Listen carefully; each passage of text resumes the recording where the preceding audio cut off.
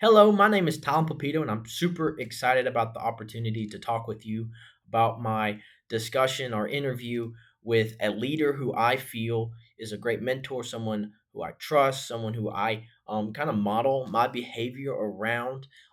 So let's get into it. The leader who I interviewed was Kevin Brown. He is the lead pastor at Cornerstone Church. He has been there for more than 10 years. He has over 30 years experience in various ministry jobs, from associate pastor to lead pastor to youth pastor. And I believe that Kevin is a leader not because he holds the lead pastor position, but because of the qualities that he has. He is someone that has strong character, has integrity, great communication skills, is able to show empathy and compassion.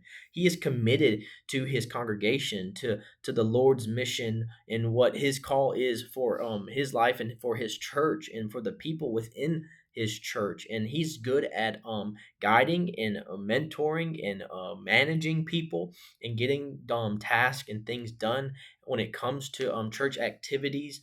And he ultimately wants the well-being of all his people, of all the church and members, to be that of good and that of peace and love. And he does a good job of fostering all those things.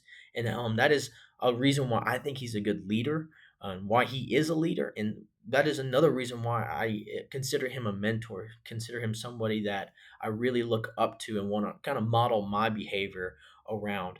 So let's get into our discussion. So we talked about some of the different things we've been learning in organizational leadership. We've discussed Euclid, Eikenberry, and Northhouse, and their works and books about different forms of leadership and concepts and theories surrounding leadership. And it's been just such a pleasure to do that so far. I've learned so much good things. So I brought that to Kevin's attention, and we got right into it. And we discussed Euclid. One of the things that we discussed was Euclid's work, and we discussed how Euclid talked about various tactics that a leader could use in order um, to guide the team or to get the team to do things, whether it's through persuasion, relational, or rational tactics. And I asked Kevin, in his experience, what tactics have you found most effective? And Kevin stated that in the church, you got to be really relational. He's like, yes, you got to use the different forms, of course, but for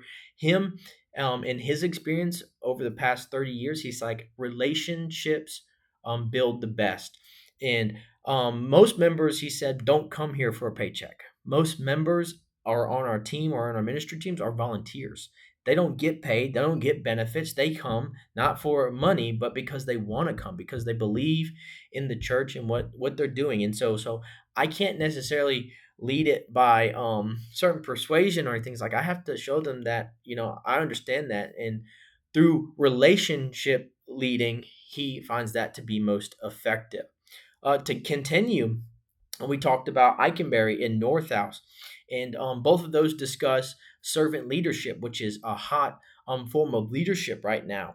And I asked Kevin what he thought about servant leadership, and Kevin stated that it was very important. Servant leadership, he feels like, came from Jesus in the first century. Uh, Jesus said that I came to serve and not to be served.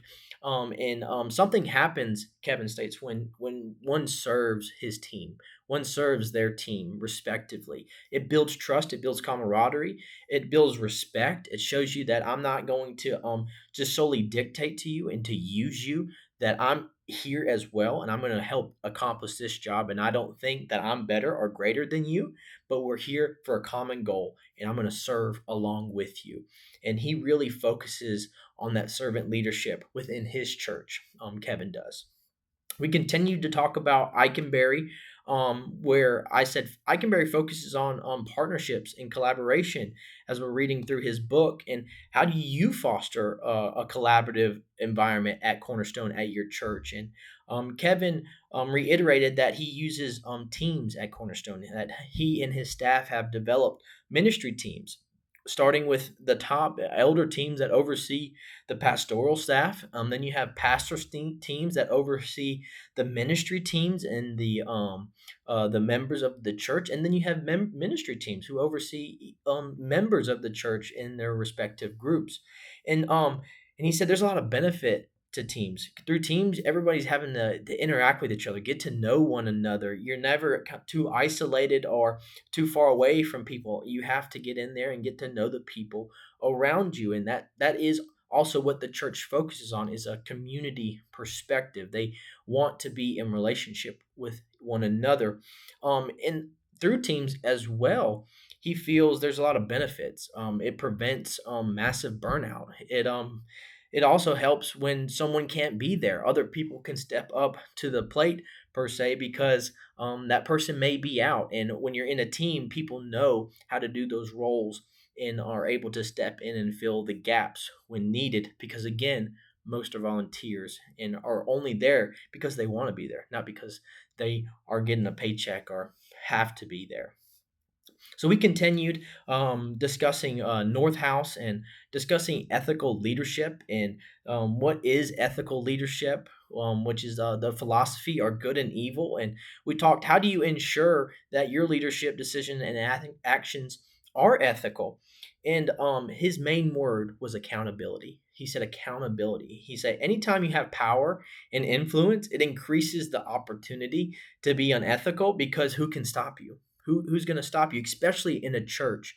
Who can stop you? And so he's like, I believe in accountability. We have elders teams, we have staff leaderships, and even my elder team, he says, can go out and get outside an accountability board to review me and then potentially fire me, because so many times in the church do you see people acting unethically, and that is something that he is desperately wanting to change, especially in the church, and wants that to be a priority in Cornerstone Church. Is we're all called held accountable. Let's all be held accountable.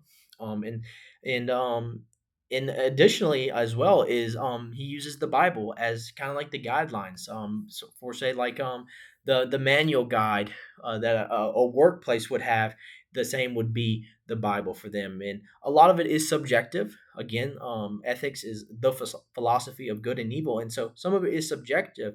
And he's willing, and his staff is willing to have conversations around that to develop what is the best overall good and what is some general bad things that we don't want to better lead the church.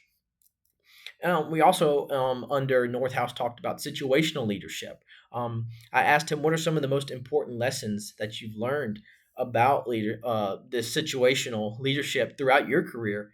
And he's like, everything is very situational in the church. You have people from from different backgrounds, from different experience, from different walks of life, and you can't approach everyone with the same format, with the same rigor. It really just depends, and you have to show that empathy and sympathy and compassion in order to better lead not only the members of the church, but each ministry team as well. And so it's like, in order to be a good leader as a pastor, you have to understand that things are situational, and you can't approach it with everything with the same lens, which I thought was very interesting, and I completely agreed with that. And I started getting what into some more general questions, like what advice would you give to a leader who is struggling with delegation?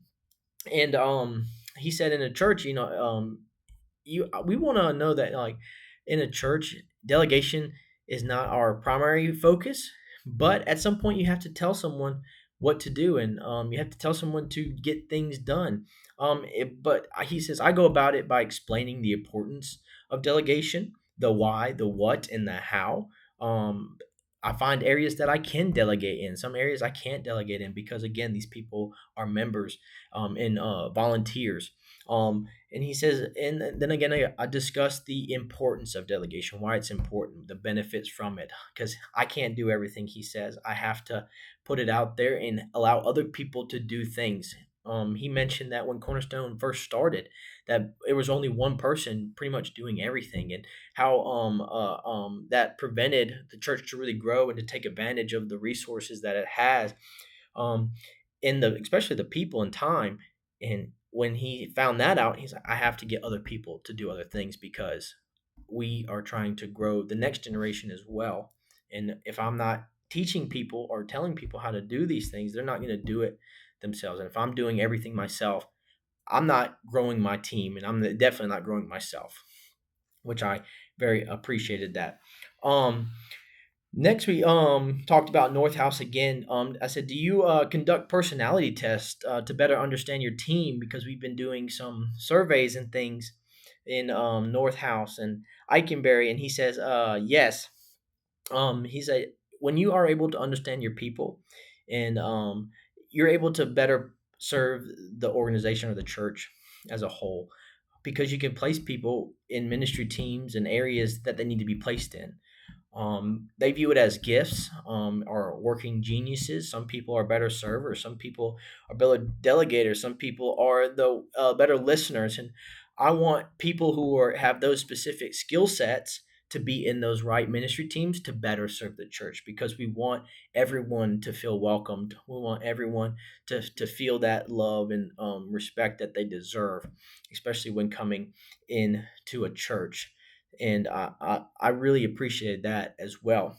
Um, Lastly, you know, I thought this conversation was just it had a lot of fruit to it. There's a lot that I gained from this conversation. Overall, Kevin did a great job. Overall, Kevin does a great job of leading his church, and he uses a lot of these theories and practices. Essentially, without even knowing, I know that he does have a business administration degree, but no master level degree. A lot of this is just from being a leader, from his time and his experience, and it's very interesting to see some of the concepts like situational leadership or servant leadership, or using different forms of persuasion, or using personality tests to identify skills and traits to better serve the church as a whole. And I thought that was very interesting, and it just also shows that I want to be a better leader, that I need to really work well at understanding my team, work well at gaining respect and being a trustworthy, morally sound person, because that seems to be a common theme in today, is people want to see someone that they can trust, that has integrity, that is ethical, that's not gonna use them to a point of abuse. And I really enjoyed listening to Kevin's insights on some of these questions that I was asking him. And this conversation definitely confirmed a lot of the concepts that we have been learning throughout organizational leadership. And again, I'm super excited to continue into this class, and to continue learning how to be a better leader, not only for myself but for those around me. So I hope you enjoyed this video. Until next time.